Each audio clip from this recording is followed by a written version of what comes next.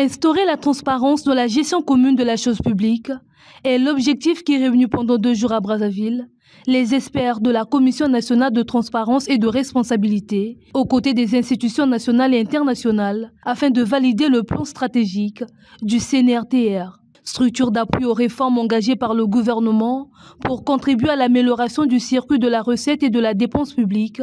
Ces missions sont, entre autres, veiller à l'application du code de transparence et à la neutralité de la gestion des finances. Une mission qui révèle plusieurs lacunes au regard des données recueillies par un cabinet technique de la place. Le travail mené par le cabinet a permis de produire, entre autres, les livrables ci-après. Un rapport sur l'évaluation de l'application du Code de transparence par les administrations publiques,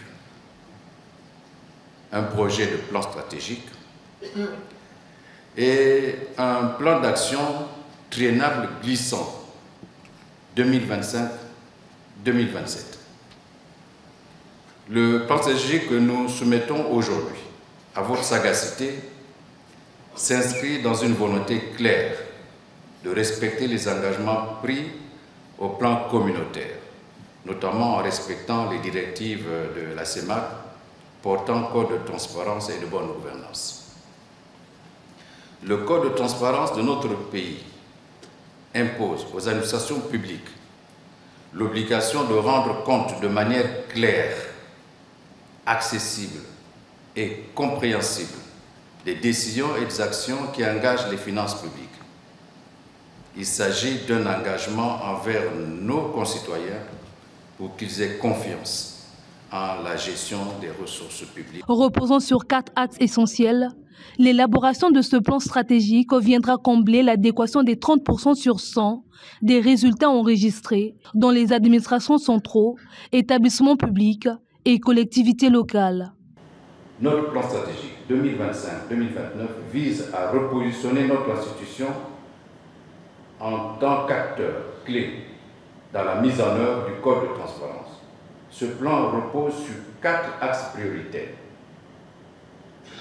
Premier axe, le renforcement de la sensibilisation et de la communication à travers l'organisation des campagnes de sensibilisation sur le Code de transparence et le rôle de la CNTR.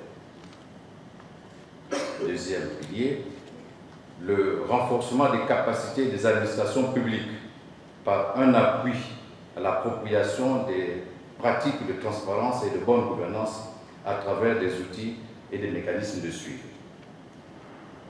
Troisième pilier, c'est le renforcement des capacités des membres de la CNTR et leurs collaborateurs.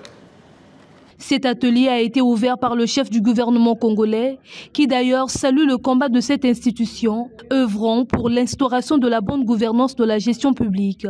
Anatole Koliné Makosso appelle les administrations publiques à une collaboration avec la CNTR.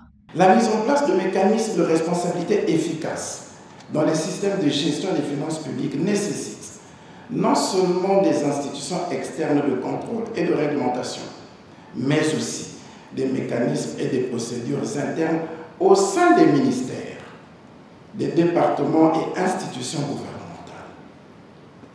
Les deux sont essentiels pour garantir la responsabilité, la transparence et le suivi des activités financières, en permettant un contrôle efficace et en vérifiant le risque de mauvaise utilisation des fonds ou de mauvaise application des procédures administratives.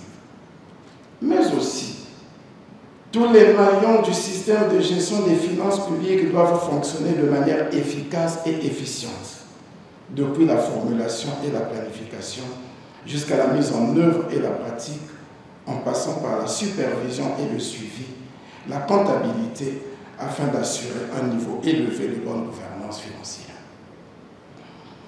Par conséquent, j'exhorte fermement l'ensemble des acteurs publics à coopérer avec la Commission nationale de transparence et de responsabilité dans la gestion des finances publiques, pour le bien de tous.